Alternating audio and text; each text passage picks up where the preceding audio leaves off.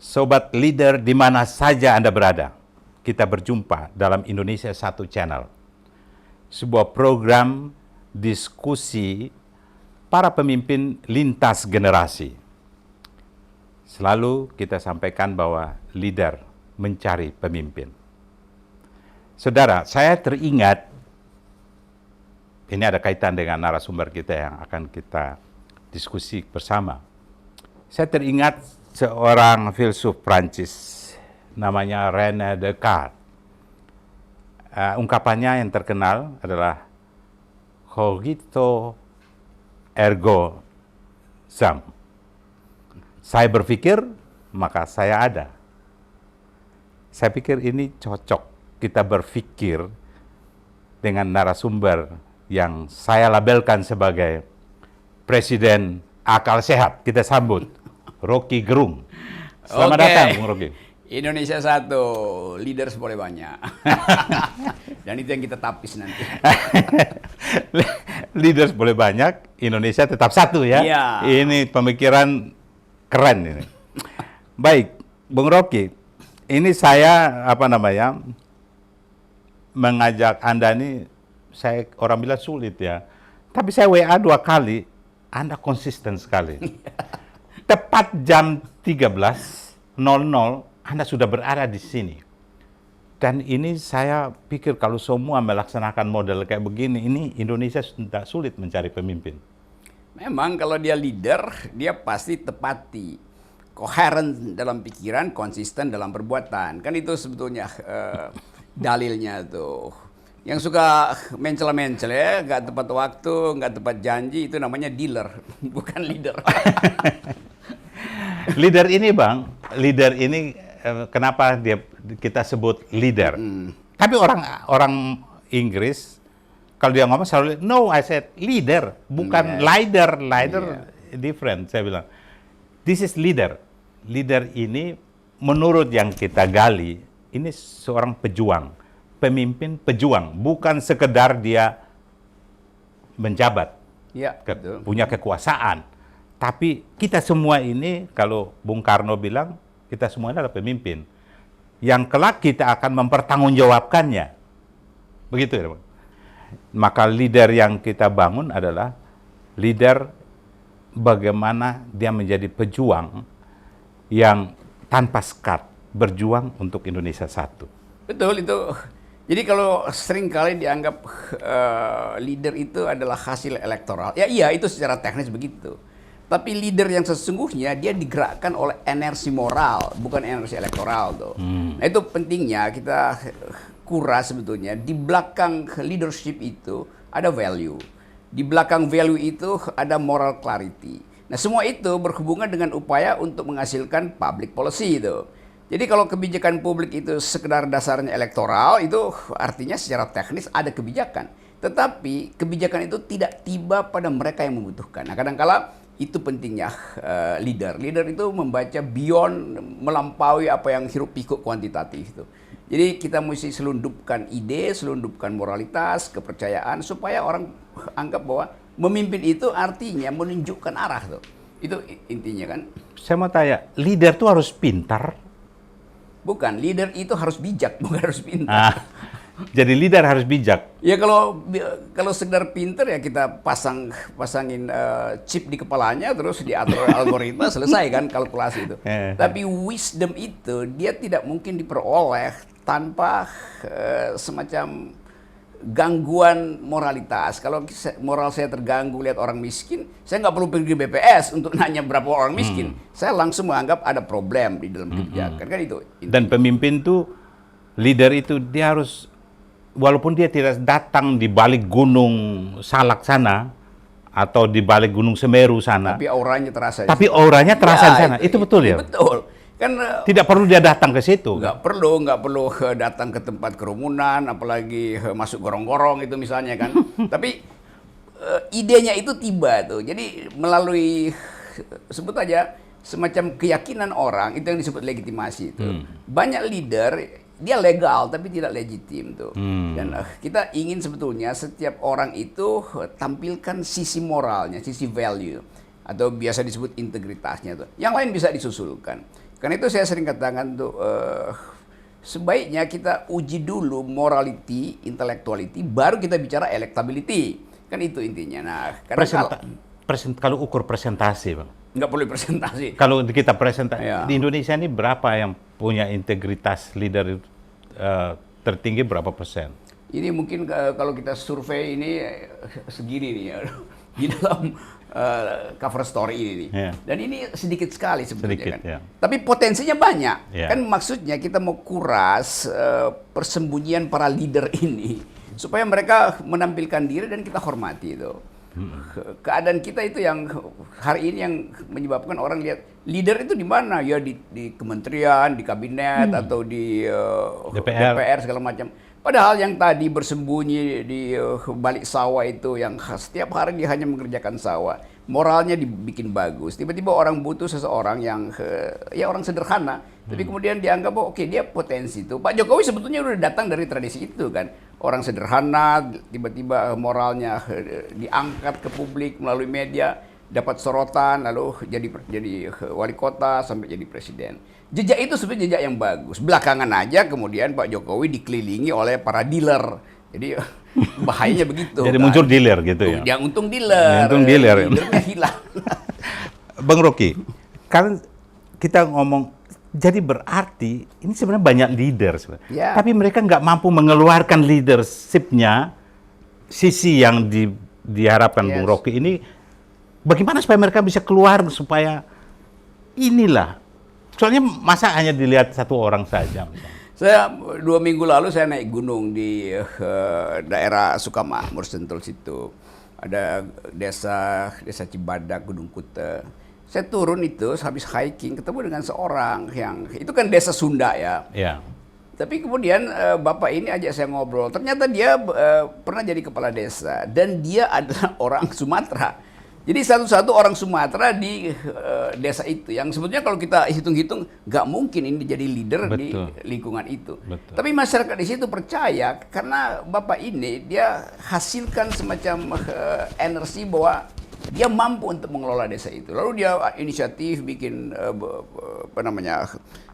reservoir air, lalu diatur cara penyalurannya. Jadi saya senang bahwa di sudut-sudut desa Indonesia ada leader. Dan itu tidak tergantung pada pendidikannya, tapi tergantung pada kemampuan dia Wise untuk dia. iya itu ada wise di dia dan dia melihat potensi untuk menghasilkan harapan. Jadi berarti salah kalau orang bilang di era reformasi ini atau otonomi ini pemimpin itu dari suku Sunda ya dari Sunda, atau dari mayoritas di Padang ya Padang, di Aceh ya Aceh, atau di Jawa ya harus. Sekarang nggak begitu sebenarnya ya, bukan begitu. Memang ada fakta antropologis bahwa kita terdistribusi secara ras, agama segala macam. Itu fakta antropologis. Tapi fakta itu nggak boleh jadi ukuran tentang fanatisme sebetulnya kan.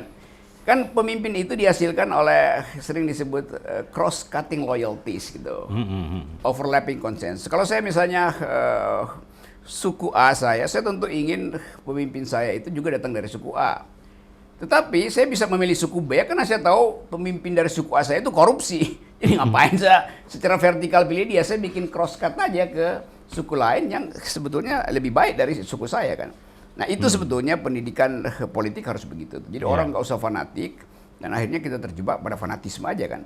Kita nggak bisa berpikir bahwa di luar kesepakatan antropologi ada soal-soal lain yang memungkinkan bangsa ini tumbuh. Itu intinya. Bung Rocky, ya, Freddy. menarik nih.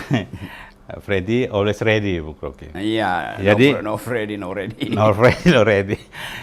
Bung Rocky, menarik ya. Saya pikir saya selalu dan teman-teman kalau kita riset lihat di YouTube di mana-mana, Iya. Bung Rocky itu orang yang berbeda sama sekali. Bahkan orang kesel. Iya banyak. Orang kesal sampai mungkin Anda dibawa ke polisi atau dilaporkan banyak kemana. kasusnya. Berapa banyak kasus, Bang? Ya Sekarang? mungkin 30-an kasus yang dilaporin. Dan polisi juga bingung, ini ngapain sih laporin terus-menerus. Pergi aja ke Dewan Pers, ini kan cuma soal uraian logika di publik itu. Kenapa mesti? Jadi polisi juga menganggap bahwa ya ini perbuatan yang sebetulnya nggak perlu masuk ke polisi, diselesaikan aja dalam diskusi kan. Jadi itu pentingnya sebetulnya kita tadi Dialektika ya. lakukan yang disebut oleh René Descartes itu, atau Cartesius namanya dalam bahasa Latin itu, cogito ergo sum. Berpikirlah supaya kita sama-sama eksis kan. Kira-kira terjemahan gampangnya begitu tuh. Jadi banyak orang yang nggak berpikir di Republik ini. Banyak, karena seolah-olah Karena mungkin sibuk dengan kekuasaan, ya betul. jabatan. Kalau sibuk nggak ada soal sebetulnya. Dia bergerombol di sekitar kekuasaan aja tuh. Nah, bergerombol ini yang membahayakan peluang untuk menghasilkan pikiran alternatif. Orang kalau udah bergerombol kan dia seolah disulap itu. Jadi sebenarnya Bu Rocky ini pingin, karena konstitusi bilang, salah satu poin di alinea keempat kan mencerdaskan kehidupan bangsa. Jadi sebenarnya kalau saya lihat, Bung Rocky ini pingin dari sisi Bung Rocky sendiri mengajak orang untuk berpikir supaya mencerdaskan ini bangsa, gitu loh. Ya, Kan memang. gitu. Saya cuma lakukan itu. Setiap kali di media massa saya ucapkan itu aja tuh.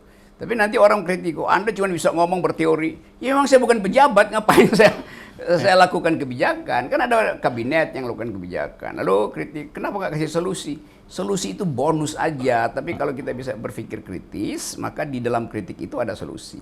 Tapi nggak mungkin saya ambil solusi. Kan ada pemerintah yang digaji rakyat untuk bikin solusi. Nanti tabrakan itu kan. Jadi sebetulnya masyarakat kita masih gamang buat membedakan mana sebetulnya yang disebut public policy yang harus dikritik, mana yang menjadi wilayah privat. Kalau saya kritik Pak Jokowi, saya nggak pernah kritik kemanusiaan dia itu. Saya kritik kebijakannya. Dan itu seharusnya dilakukan. Tapi di media yang Itu media sosial digoreng. Tapi mungkin itu juga polisi tidak menemukan ya. Kalau delik. Karena delik, kalau kalimatnya benar itu pasti mereka udah tangkap Bung Rocky dari lama. Iya, ya. itu. Bukan saya menghindari delik, saya ingin terangkan bahwa kalau saya ucapkan sesuatu itu semata-mata karena force of the better argument. Hanya demi argumen, bukan demi sentimen itu. Tapi nanti orang kait-kaitan ini gara-gara Rocky Gerung itu benci Jokowi. Saya nggak pernah benci Pak Jokowi. Bahkan saya katakan Pak Jokowi itu udah dapat semacam ilmu untuk membaca psikologi orang. Kan beliau 7 tahun, dia tahu ini sekedar mau menjilat, yang ini punya kepentingan. Kan Pak Jokowi sebetulnya tahu itu. Tahu itu ya. Dan itu sampai hari ini tidak ada gerakan. Kalau Pak SBY dulu dia bawa langsung ke polisi, dia berdiri di sana, dia lapor kan. Ya, secara pribadi itu. Secara pribadi. Karena itu delik pribadi. Tapi kita mau agar supaya rakyat ini tumbuh dalam pikiran supaya jangan saling membenci kan. Berarti saling mengkritik bagus, tapi jangan saling membenci. Jadi berarti di era Pak Jokowi ini freedom, kebebasan itu ada. Kan Bung Rocky sendiri merasakan itu ya. Iya, jadi sebetulnya Pak Jokowi itu tertatih-tatih untuk melebarkan prinsip-prinsip kebebasan itu. Karena setiap kali ada satu peristiwa nanti belum selesai keterangan Pak Jokowi udah dikerubutin oleh dealer-dealer ini kan buat nyari keuntungan dari situ kan. Sehingga rakyat sebetulnya menganggap bahwa yang menghalangi demokrasi itu bukannya Jokowi, tetapi komponen-komponen yang di sekitar situ yang bergerombol untuk nyari keuntungan. Itu buruknya tuh. Karena itu kita selalu tagih Pak Jokowi selesaikan ucapannya supaya nggak diuntit oleh dealer sekitarnya yang memang jahat. Dan dealer itu yang kita sebut oligarki lah, penjilat, segala macam. Kan itu soalnya tuh. Great. Jadi ini memang banyak dealer. Kita mesti selesaikan ini. Mudah-mudahan mereka keluar sebagai leader ya, jangan jadi dealer. Oke, Sobat Leader, kita break sejenak.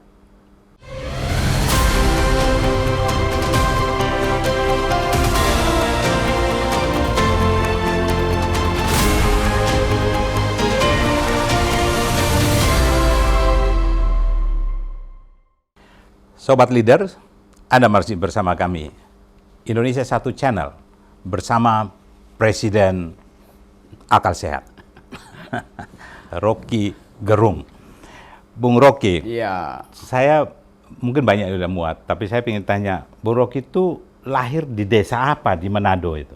Iya, saya orang Manado dan iya sampai SMP, SMA. Ada desa apa di situ namanya, Bung? Oh, di KTP saya namanya Manado, tapi sebetulnya ada desa lagi dari Manado. Mungkin karena administrasinya bingung, namanya Langoan. Langoan itu sebetulnya ada sekolah di situ, ada rumah sakit, ada. Karena itu dibikin Belanda kan, dan rumah sakitnya pasti rumah sakit Belanda. Jadi semacam mungkin kota kabupaten atau kota kecamatan yang didesain oleh Belanda tuh. Dan banyak orang di situ masih berbahasa Belanda. Oh gitu. Iya. Bung Rocky merasa terbentuk, kan biasa begini, ada seorang Inggris ketika ditanya perempuan tanya, kenapa Anda berperilaku semacam itu? Dia bilang, I learned when I was in kindergarten. Ya itu selalu begitu. Jadi ada masa lalu yang nggak bisa diubah itu karena dia nyatu dengan sebetulnya DNA cultural tuh. Sama seperti dulu ada seorang perempuan namanya Hannah Arendt. Hannah Arendt ini dosen dulu di Jerman di Universitas Freiburg atau terakhir di Heidelberg. Dia diuber-uber oleh Nazi karena peristiwa Holocaust itu. Lalu dia menyelundupkan diri, pergi ke Prancis dan akhirnya tiba di Amerika. Lalu dia jadi dosen di New School for Social Research di Amerika sebagai dosen filsafat. Gitu. Dia ini yang mengikuti persidangan-persidangan Nazi itu sampai kemana-mana tuh, yang kemudian berakibat pada hukuman mati, Gobel segala macam itu, yang disebut pengadilan di Yerusalem itu. Satu waktu dia kasih ceramah, jadi orang Jerman, tapi dia lama di Amerika sehingga bahasa Inggrisnya sempurna tuh. Satu waktu dia kasih ceramah pakai bahasa Jerman, lalu orang protes, Anda kan bisa bahasa Inggris, kenapa pakai bahasa Jerman, pakai bahasa ibu Anda tuh. Dia bilang begini, saya menguasai bahasa Inggris, tetapi saya dikuasai oleh bahasa ibu saya, bahasa Jerman. Jadi itu nggak mungkin hilang gitu. Jadi manusia kan hidup dibesarkan oleh habitatnya. Kalau gitu Anda terbentuk ketika di desa itu, apa di kuliah atau di SMP atau enggak, itu saya numpang lahir di situ, terus ayah saya pergi ke Manado, lalu ya hidup di kota sebetulnya. Saya nggak punya pengetahuan tentang masa kecil di desa itu. Karena leader mengukur selalu orang. Tapi saya ngerti sistem berpikir orang Minahasa itu. Yang egaliter. Minahasa kan nggak ada raja sebetulnya kan, jadi tergantung isi pembicaraan pada satu saat lalu terjadi diskusi itu. Lain mungkin kalau di Jawa ada raja, ada hierarki. Orang Manado, orang Minahasa nggak ada hierarki. Karena dan dalam konstitusi kan pernah orang Minahasa waktu awal-awal kemerdekaan kan menuntut mandiri, menjadi merdeka kalau tidak menggunakan Pancasila atau dasar negara. Dan itu satu-satunya dari Minahasa kan. Iya, banyak pemberontak dari Permesta namanya. Tapi leader mengukur seseorang itu dari integritas, itu dari komit. Pertama komitmen, bagaimana melihat konsisten dia berjuang, dan ketekunannya tentang sesuatu. Anda setuju itu? Memang itu kan di situ sebetulnya ujian hidup dari seorang leader gitu kan. Jadi kalau leadernya bilang saya mau jadi pemimpin karena saya punya 3 kilogram disertasinya jadi 3 kilogram berat, tapi memang nggak ada isinya sebetulnya kan. Atau ijazahnya bertumpuk-tumpuk, nggak begitu. Leader itu diuji di dalam prinsip dan di dalam konsistensi hidupnya. Kalau dia cuma punya ijazah, ya sering saya sebut ijazah itu tanda orang pernah sekolah, bukan tanda orang pernah berpikir kan. Jadi berpikir itu tidak harus datang dari sekolah. Banyak orang yang berpendidikan tapi nggak mampu untuk bahkan membaca nurani rakyatnya, nggak mampu tuh. Itu dia nggak bisa jadi leader itu. Jadi Bung Rocky, Anda ini satu dari mungkin jutaan orang di Indonesia ini yang berpikir berbeda. Saya lihat banyak tokoh maupun pakar, tapi mereka kritisi, habis itu hilang dia. Nggak beda dengan Bung Rocky. Bung Rocky konsistennya itu tetap dengan pemikirannya. Ya kalau media kadang-kadang setelah dicek sebenarnya bukan begitu, media yang goreng ke arah yang berbeda. Tapi Anda ini hanya S1. Tapi Anda ngajar S3, filsafat dari sekolahnya. Saya dulu di teknik, mulai dari apa? Saya dulu belajar fakultas teknik. Lalu pindah ke filsafat, kan? Saya belajar fakultas teknik, fakultas ekonomi, fakultas hubungan internasional, fakultas hukum, filsafat. Dan Anda sebenarnya bisa sampai kalau mau ambil doktor atau profesor mudah sekali saya kira ya. Iya, tapi saya merasa nggak perlu. Jadi ada kecukupan yang saya anggap ya udah. Nah, tinggal saya maksimalkan. Ini profesionalisme. di bangsa ini sering dilihat dari ijazahnya kan Bang. Ya Gus Dur pernah bilang juga, ya dia punya keputusannya dia, ya kan, dia yang punya ijazah itu. Jadi dan Prof. Maswadi ketika saya ujian doktor di UI disertasi, dia bilang, saya bilang, Prof, kenapa sih banyak yang hebat-hebat di UI kok nggak mau ambil doktor gitu? Dia bilang, ya mereka udah merasa lebih dari profesor. Jadi, dan saya teringat lagi dengan siapa tuh yang Steve Jobs. Itu juga, dia juga putus sekolah. Dia nggak selesai. Tapi pemikiran mereka itu menghasilkan sesuatu yang mendunia. Bung Rocky kalau otaknya bisa diproduksi menjadi barang jadi, barang produk, barang komersial, mahal sekali nih saya kira. Enggak, lebih mahal minyak goreng sekarang. Mereka, jadi kan orang, jadi mungkin perlu dibalik ya. Kayak misalnya penyiar, Bang. Penyiar itu, walaupun dia tamat hanya SMA, suaranya itu untuk menyampaikan sesuatu ke publik sangat, tapi dia nggak bisa naik pangkat atau dia tidak bisa menjadi seseorang karena ijazahnya hanya SMA. Padahal penyiar itu setara dengan menteri itu. Kalau di luar negeri kan seorang pewawancara itu dia setara dengan orang yang diwawancarai. Kalau dia lagi wawancara kepala negara, dia setara dengan kepala negara tuh. Jadi orang hargai kalimat pertama yang keluar dari seorang penyiar atau seorang jurnalis itu yang menentukan lengkap tidaknya, berlangsung tidaknya percakapan. Jadi saya selalu anggap bahwa jurnalis itu IQ-nya itu 200 itu. Bukan 200 sekolah ya, 200 dia sendiri. Iya. Karena dia harus baca sejarah tuh. Iya. Semua orang ingin jadi Oriana Fallaci. Semua orang ingin berupaya untuk bisa menghasilkan karya hanya melalui kata-kata. Dan itu memang kita butuh lebih banyak orang berkata-kata secara logis kan. Nah itu yang seringkali saya kritik, kenapa sih mesti buktikan sesuatu itu dengan barang yang terlihat. Pikiran itu kan juga menghidupkan harapan, bukan sekedar infrastruktur yang menghidupkan harapan.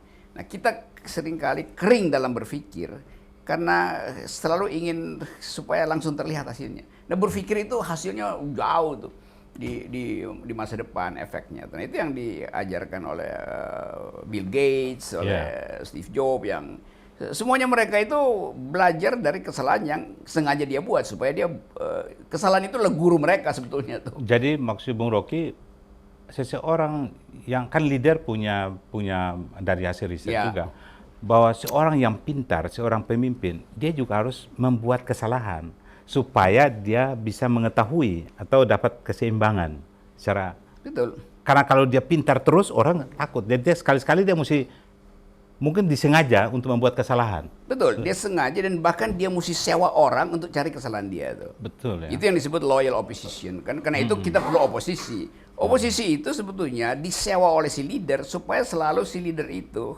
ada semacam devil's advocate gitu, yang memberitahu dia bahwa Anda salah itu. Jadi itu pentingnya. Di demokrasi juga tanpa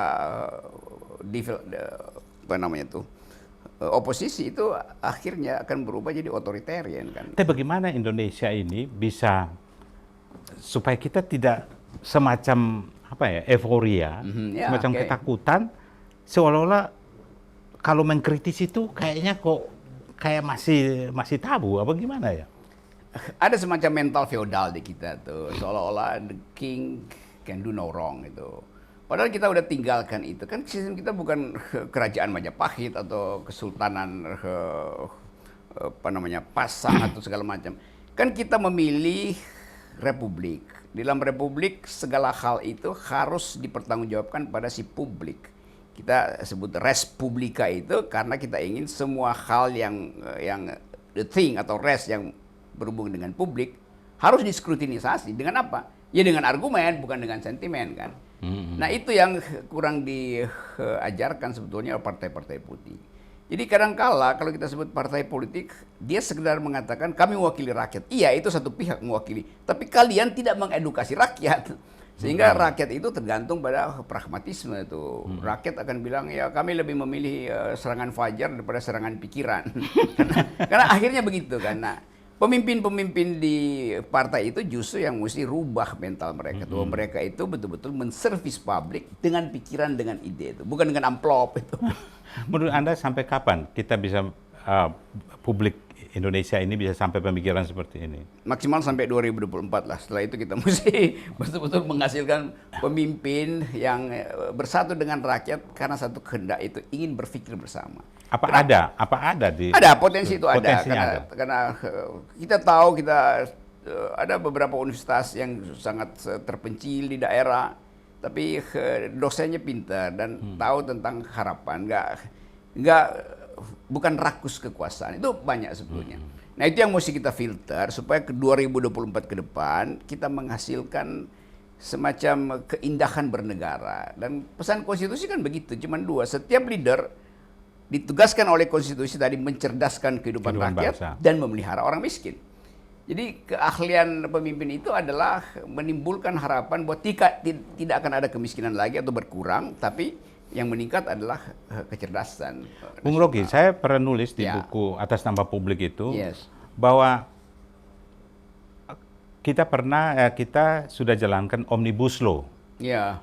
dalam kumpulan berbagai undang-undang dalam satu undang-undang Omnibus Law.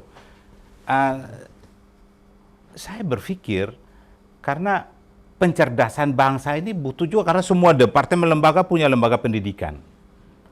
Tapi saya melihat Ya. pendidikan itu hanya habis anggaran selesai, tapi hasilnya tidak bisa diukur. Apakah perlu? Saya tulis di situ dekret Presiden Pencerdasan Bangsa. Wah, itu baru keren. Dekret Presiden Pencerdasan Bangsa. Bukan Jadi dekret Presiden perpanjangan penundaan pemilu. Itu bedanya tuh. Iya, karena orang-orang bilang Betul itu, saya setuju. jadi Fred. dekret pencerdasan bangsa kalau dikumpulkan undang-undang tentang pendidikan segala macam dalam satu, kan media ini kan dalam pasal kecil ini. Yes. Kan dia tugasnya juga mencerdaskan bangsa. Betul. Tapi kalau semua hanya diserahkan ke Departemen Pendidikan Nasional, gimana itu? Ya kan mestinya mencerdaskan bangsa itu kompilasi dari seluruh kekuatan berpikir bangsa ini. Mulai dari Departemen Pendidikan yang mengatur administrasi pencerdasan, tetapi leader-leader lokal itu kan juga berharap sebetulnya dapat akses untuk mencerdaskan bangsa itu. Jadi kita mesti bikin itu sebagai satu paket pencerdasan bangsa, dan itu tidak tergantung pada kurikulum yang disusun oleh Kementerian Pendidikan. Kayaknya Kementerian butuh Lingkungan khusus. Hidup harus mencerdaskan bangsa supaya nanti millennials kita itu comply dengan environmental ethics. Kan itu kan. Departemen Sosial mesti terangkan apa hubungan antara kecerdasan dengan kesosialan manusia itu, humanity, keadilan sosial. Semua difokus tentang pencerdasan. Ya, itu betul. Itu Dan saya setuju. Omnibus Law, saya bilang Omnibus Law pencerdasan bangsa karena dulu Bung Karno mengeluarkan dekret itu tahun 59 kan politik. Iya. Tapi ini pencerdasan bangsa ini masih semua bikin pencerdasan pendidikan. Seolah itu sudah pencerdasan. Karena bikin dekret kembali ke Undang-Undang 45. Mestinya ada dekret kembali pada akal sehat. Itu namanya dekret pencerdasan. Kembali, oke, ini yang benar. Kembali ke akal sehat. Rocky Gerung. Kita kembali sini.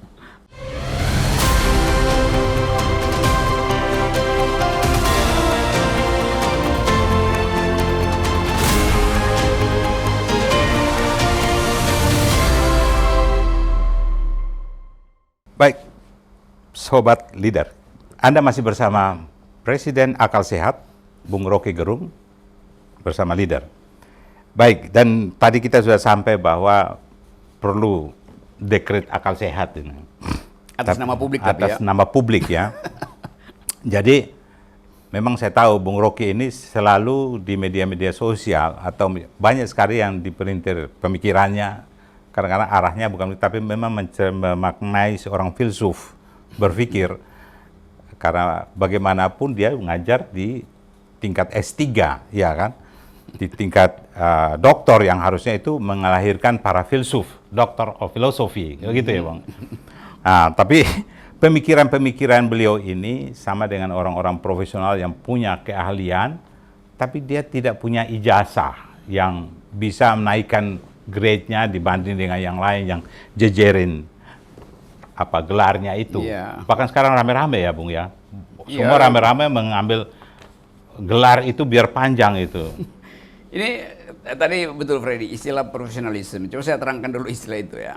Sekarang namanya profesionalisme, nanti kalau dibilang saya I am a professional, lalu orang tanya gajinya dolar atau rupiah tuh. Sebagai konsultan saya bayar Anda pakai jam-jaman atau satu proyek. Jadi istilah profession itu berubah jadi istilah pragmatis.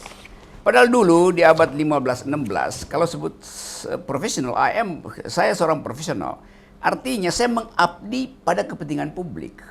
Sehingga dia nggak akan pasang tarif gitu kan. Dulu yang disebut profesional itu di tahun-tahun 1700-1800 di Eropa, itu dokter, dia profession, akuntan, sarjana hukum. Semua mereka disebut profesional karena mengabdi pada publik. Bukan pada jadi corporate lawyer atau jadi dokter pribadi segala macam. Tapi kemudian berubah, jadi istilah itu sekarang orang bangga kalau dia profesional. Padahal sebetulnya dulu profesional itu adalah petugas rakyat sebetulnya tuh. Sekarang jadi petugas korporasi kan. Nah kita mau benahi itu supaya seolah-olah kalau apa namanya ijazahnya berentet, gelarnya itu panjang lalu dia jadi profesional. Padahal ukuran dari profesionalisme bukan keahlian teknis tapi keahlian etis. Itu bedanya tuh. Nah sekarang kita tanya profession sekarang apa? Ya banyak profesional yang justru nyogok. Jadi itu bukan profesi sebetulnya. Karena dia nggak paham bahwa dia harus dituntun oleh kepekaan etis, bukan sekedar keahlian teknis baca undang-undang. Karena kita kayak media mengajak seorang dia doktornya atau banyak bidang. Ya. Tapi kan kita butuh satu bidang. Kalau semua dia berarti dia sendiri dong kita wawancara. Ya. Ada seorang yang punya gelar dia banyak. Saya bingung mau wawancara dia dari sisi mana. Ya kan susah. Dia ahli, lebih baik satu orang yang ahli di bidang itu dan dia lebih jelas keahliannya. Ya betul, dia mesti beritahu bahwa sebaiknya bagian ini yang Anda tanya tuh. Supaya jadi tebal keterangannya kan. Kadang-kala kalau di rentet itu ya ada pengetahuan tapi tipis-tipis kan. Buat apa itu? Mending satu tapi tebal itu. Di dalam keadaan itu kita bisa hasilkan argumentasi yang produktif. Supaya kita dalami itu, kita digi, kita gali terus kan. Nah kebanyakan kita menganggap bahwa itu wilayah yang terlalu rumit. Nanti orang bilang kok berpikirnya dalam betul.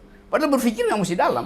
Ada orang bilang ya kan maksudnya begitu kan. Kalau misalnya saya berpikir, saya baru disebut berpikir tadi kalau ada lawan pikiran kan. Kalau saya sekedar berpikir dan nggak ada kritik, itu artinya saya lagi berdoa. Berdoa nggak boleh dikritik. Kalau berpikir harus dikritik. Nah, itu pentingnya dialektika. Kayak talk show semacam ini. Sebenarnya isinya ada dialektika itu. Iya. Bung Rocky. Ya. Anda tuh di wajah, ya, saya nggak melihat Anda punya problem. Di wajahmu kulihat problem. Kan begini, orang lihat, ya. Kalau di media semua orang dengan segala macam, wah Rocky itu bla bla bla bla bla gitu. Biasanya dan banyak yang dihack segala macam, kan kesal itu. Tapi Anda kok nyantai aja. Itu karena saya nggak merasa menyakiti orang. Kan semua yang saya kritik kan saya nggak kenal kan. Masa mengkritik orang yang saya kenal itu. Jadi saya tidak sentuh humanity-nya. Seringkali saya katakan, saya sentuh argumennya. Lu orang marah. Kalau orang marah, ajukan argumen tandingan. Bukan dengan membuli saya dengan sentimen. Nah itu bikin saya ketawa aja kan. Jadi saya terangkan argumentasi, lalu dia bilang itu karena Anda nggak kawin, maka Anda benci Jokowi. Ini bukan. Lalu saya tertawa tuh. Itu karena Anda pengangguran, sehingga nggak punya uang lalu nyari-nyari kerjaan buat dapat uang. Kan itu mesti terangkan. Pengangguran itu nggak punya kerjaan, bukan nggak punya uang. Kan begitu sebetulnya kan. Jadi saya cuma main-main aja, putar-putar. Lalu orang makin marah tuh. Padahal hidup saya tuh ya senang-senang aja. Seminggu 2 kali saya naik gunung, nggak ketemu siapa-siapa, mending ketemu monyet. Apa yang Anda pikirkan itu? Saya yang di alam pikiran Bung Rocky yang perlu kita mungkin di leader bisa. Iya, saya hanya ingin mengucapkan sesuatu secara kontroversi supaya dibuka percakapan. Kan hanya dalam kontroversi. Ingin membuka suatu percakapan dengan munculkan kontroversi kan. Nah, kalau saya nggak kasih kontroversi lalu ya saya kayak apa? Kayak Ya, komedian, memang nggak stand up bunyi. komedi apa yang Nggak bunyi. ya bahkan saya kritik stand up komedi hari-hari ini dia hanya ingin orang tertawa tapi nggak membuat pikiran itu tertawa kan. Kalau kita bikin komedi kita mesti upayakan orang itu sendiri mentertawakan pikirannya tuh, bukan kita bikin diri kita lucu supaya orang tertawa pada kita, kan itu lain kan. Nah begitu juga dalam seluruh fasilitas publik saya manfaatkan demi itu supaya mengganggu orang berpikir sebetulnya gitu. Dalam prinsip tadi itu cogito ergo sum. Ya, cogito ergo sum. Freddy. Bung Rocky, Ya. memang apa namanya? Saya ini orang media ya. Orang Yes. dari hidup saya dari awal di media. Dan bikin kontroversi Dari terus. kontroversi. Sebenarnya kontroversi itu ya itu sama. Orang tuh nggak mau berpikir. Padahal saya ajak berpikir gitu kan. Misalnya gini, Bung Rocky punya cara berpikir itu sebenarnya sejalan dengan public service broadcast. Oke. Harus Anda berikan informasi, pengetahuan, Yes. pendidikan, atau pencerdasan yang tinggi, bukan baru. Kemudian yang terbaru, kemudian informasi yang baru. Kemudian di situ ada hiburan. Jadi bukan hiburan itu bukan stand up Ya, comedy ngerti ya. atau musik. Tapi Anda ngomong ini, orang bisa senyum, orang bisa marah, itu kan hiburan. Ya, Dan maksudnya. itu dia sejalan 3 unsur fungsi public service. Yes. Jadi kalau kita lakukan ucapan publik, kita ingin agar supaya yang terima ucapan publik kita, dia evaluasi sendiri dirinya tuh kan. Itu satu tuh. Tetapi supaya dia nggak marah, saya mesti sisipkan satira di situ. Satir, ya. Lelucon yang agak logis gitu. Tapi karena orang udah keburu menganggap saya musuhnya Jokowi, bagian itu mereka hilangkan. Betul. Padahal saya nggak ada urusan apa-apa dengan Pak Jokowi. Iya. Dulu Ibu Mega, saya soal memusuhi. Enggak, sekarang saya lagi puji-puji Ibu Mega karena Ibu Mega berupaya untuk taat konstitusi. Jadi nggak ada yang final sebetulnya dalam urusan publik. Begitu ada sesuatu yang saya anggap mesti saya tanggapi secara argumentatif, saya tanggapi itu. Tapi orang balik tanggapi saya secara sentimen, itu nggak fairnya kan. Ya. Nah, itu memang butuh tadi kemampuan untuk mengolah informasi dan membayangkan ada sebetulnya sensasi kelucuan di dalam kehidupan kan. Kan hidup itu kayak sidang kabinet yang tegang terus kan nggak ada gunanya kan. Itu pentingnya wilayah pikiran kita itu bukan sekedar diseimbangkan, tapi kita picu bagian yang bisa membuat orang mengerti, sekaligus membuat orang tidak tegang. Nah, itu yang Jadi saya lakukan. Anda ini luar biasa karena saya ini melihat dari sisi media. Yes. Sisi media itu kan harus ada unsur itu. Ya. Informasi, edukasi, dan hiburan. Dan Anda bisa membaca publik itu kapan Anda masukin satir, hiburan sedikit, tapi logik. Kemudian kapan Anda memberikan pencerdasan pada mereka, kapan Anda memberikan informasi. Jadi kayak orang bikin musik itu, bagaimana musik yang rock, orang bisa rock dan sebagainya. Iya, saya suka musik jazz, bisa jam session. Kalau musik klasik kan musik partiturnya udah selesai gitu. Iya. Demikian juga di dalam politik. Saya gunakan politik itu untuk mengasuh bagian yang ruwet jadi lebih ringan. Karena itu saya bikin politainment. Politik diasuh dengan cara infotainment. Kan itu enak kan? Jadi nggak terlalu tegang lah itu. Walaupun konsekuensinya mesti ada ya sindiran-sindiran kecil. Tapi itu memang bagian yang mesti ada supaya kita nggak terlalu terpaku pada uraian kebijakan yang teknis itu berat. Betul. Yang menarik di kita adalah memang kalau kita rekam jejaknya kan Bung Rocky pernah berbeda dengan Jokowi ketika masa pemilihan presiden mendukung Prabowo. Tapi ketika Prabowo diambil ikut Pak Jokowi menjadi satu tim, Anda juga kritisi Prabowo. Betul. Dan saya kira itu menarik. Tapi kita break dulu. Nanti jawabnya nanti saya terangkan nanti itu. Sobat Leader, kita break sejenak dan kita lanjutkan sesaat lagi.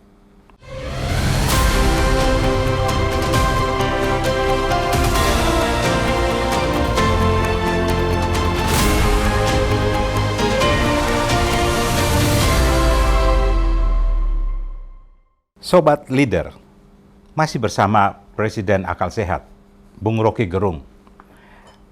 Tadi sudah hampir jelas, saya sudah bertanya, soal berbeda beliau dengan Pak Jokowi dan mendukung Prabowo di eranya, tapi sekarang Pak Prabowo sudah bersama Pak Jokowi.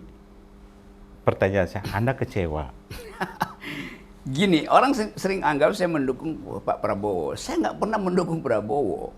Saya beroposisi pada Pak Jokowi. Pak Prabowo waktu itu juga beroposisi pada Pak Jokowi. Iya. Jadi kita sama-sama beroposisi pada petahana waktu itu. Iya. Bukan saya mendukung Prabowo. Kenapa nggak sebaliknya Prabowo mendukung saya misalnya? Tapi di Surabaya kayaknya Anda diajukan jadi salah satu menteri atau apa? Itu Calon. koran bilang begitu. Ah. Dan Prabowo nggak ngomong apa-apa. Saya bahkan Iya, iya. datang terlambat. Iya, Acara datang itu. terakhir, betul. Tiba-tiba saya masuk dipanggil kasih pidato. Saya bilang saya datang ke sini karena diundang, bukan untuk kasih pidato. Oh, bukan. Tapi karena itu masa, ya udah saya manfaatkan aja buat naik ke panggung kan. Iya, iya. Tapi tetap saya anggap bahwa saya nggak pernah bikin kontrak dengan Pak Prabowo. Pada waktu itu koran anggap kalau Anda musuhi Jokowi berarti Anda pro Prabowo. Saya bilang itu keliru. Saya bersama Prabowo sedang memusuhi Jokowi pada waktu itu. Jadi kita sama-sama beroposisi. Nggak boleh dibilang saya mendukung Prabowo, mendukung saya. Sama-sama beroposisi. Setelah Pak Prabowo masuk, saya tetap dalam posisi konsisten. Saya mau beroposisi. Prabowo ada di mana? Ada di dalam. Maka saya beroposisi pada Pak Prabowo. Tuh. Lalu orang merasa, kok Anda musuhi Prabowo? Bukan musuhi. Karena dia ada di dalam, maka dengan sendirinya saya mesti konsisten. Saya beroposisi. Ya, Kan nggak ya. bisa kalau Pak Prabowo ada di dalam, saya pro Prabowo tapi anti Jokowi. Kan kacau dong logikanya kan. Oke. Bung, itu Ya, Anda Freddy. waktu apa yang sampaikan di publik Soal beberapa tahun terakhir segala macam, dan saya lihat ada pendidikan dengan di universitas live gitu ya. Dulu di era tertutup atau otoritarian dulu, mana yang dibicarakan di sekolah, sekritis apapun di sekolah, di kampus, tapi di publik Anda harus behave-nya berubah. Iya. Bahkan di kampus pun juga kadang-kadang disoroti. Ini dosennya ngomong ini, tahu besok sudah Tapi sekarang eranya berubah.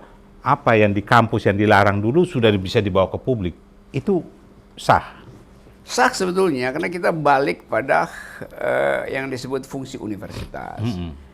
Kan ada prinsip bahwa di dalam universitas, dalam kampus ada kebebasan mimbar akademis Ya. itu. Nah karena itu saya memanfaatkan dalil itu, filosofi itu. Foundation dari universitas adalah kebebasan akademik. Yang keliru, dosen atau rektor menganggap, atau profesor bahkan, mimbar akademis itu hanya milik profesor, hanya milik dekan, enggak, itu milik semua sivitas akademi. Jadi saya ajarkan sebetulnya, saya mungkin udah 100 universitas selama 2 tahun ini saya ngajar. Saya bilang begini, siapa yang punya dalil, dia berhak naik ke atas panggung akademis. Ya. Mau dia mahasiswa tingkat 1, mau dia profesor, supaya terjadi tadi sebut aja countervailing force dalam pikiran tuh. Nah kalau misalnya ada profesor yang terganggu, dianggap Anda mahasiswa tingkat 1, nggak boleh pakai mimbar akademis, itu artinya dia dungu nih profesor. Kenapa? Karena ilmu pengetahuan sekarang, teknologi misalnya, dia berubah 8 jam, setiap 8 jam udah berubah teknologi. Nah, sangat mungkin ada mahasiswa semester 1 yang lebih dahulu membaca jurnal terakhir daripada si profesor. Kan itu intinya kan. Kalau dulu ya kita anggap ya profesor tahu segala hal. Sekarang profesor itu dia nggak tahu segala hal. Karena kecepatan informasi, siapa yang akses lebih dulu, dia pasti lebih tahu tuh. Jadi itu yang saya inginkan supaya berpikir di kampus itu harus dilindungi karena di situ kritisisme diolah. Berpikir di publik juga harus dilindungi karena dengan cara itu kita mengawasi kekuasaan kan. Jadi sebetulnya paralel tadi kehidupan kampus dan kehidupan politik yang bersifat kritis itu. Bu Rocky, Ya. ngomong-ngomong Anda nggak punya niat bikin partai. Kan Indonesia kan harus partai. Iya, saya selalu ingin menguji apakah partai itu comply dengan demokrasi itu. Dan kalau saya perhatikan, kebanyakan partai justru didirikan atas nama demokrasi, tapi prakteknya adalah feodal, prakteknya otoriter. Itu yang saya tentang sebetulnya. Dan kita ingin nanti mungkin setelah 2024, setelah goncang-gancing politik ini betul-betul sempurna, kita mulai berpikir bahwa partai itu fungsinya pertama adalah pedagogi. Itu unsur pertama dari partai yang kita sebut edukasi publik. Nah, supaya dia bisa jadi sesuatu yang pedagogis, semua partai mesti ada kurikulum standar, yaitu pengetahuan tentang sejarah politik, filsafat politik, etika publik, apa yang disebut buku ini misalnya atas nama publik itu. Jadi partai seringkali bilang atas nama publik, tapi sebetulnya outputnya adalah atas nama ketua partai kan itu salahnya. Dan saya ingin supaya partai itu betul-betul tumbuh karena kepentingan publik, bukan sekedar kepentingan satu dinasti atau satu geng itu. Tapi Anda sendiri ada rencana bikin partai? Enggak, saya enggak punya. Saya dulu bikin partai itu namanya Partai Sri. Waktu awal untuk menguji apakah namanya Partai Sri, Serikat Rakyat Independen. Untuk mengumpulkan pikiran-pikiran akal sehat, tapi dia independen tuh. Tidak tergantung pada satu figur segala macam. Itu sempat daftar tapi gagal verifikasi. Dan itu sebetulnya saya cuma mau coba mampu nggak kita ucapkan pikiran melalui partai. Kenapa? Karena isi partai itu adalah dosen-dosen. Dan orang bilang, ngapain lu bikin partai? Enggak, saya bilang enggak. Tapi sekarang ini aja. momennya tepat sebenarnya. Iya. Semua orang punya peluang untuk menjadi pejabat publik, menjadi pemimpin, bahkan menjadi presiden ke depan. Semua orang. Bung Rocky, Anda punya peluang tinggi loh. Betul, saya tahu itu. Dan orang bilang itu. Tapi selama ada barrier 20%, nggak ada gunanya bikin partai. Yeah. Karena pada di ujung nanti ya cuma partai yang 20% itu yang bisa menentukan leader. Padahal kita ingin... Menurut Anda ketakutannya di mana kalau soal kenapa harus barrier? Kan memang mereka harus jaga kan bangsa ini step demi step.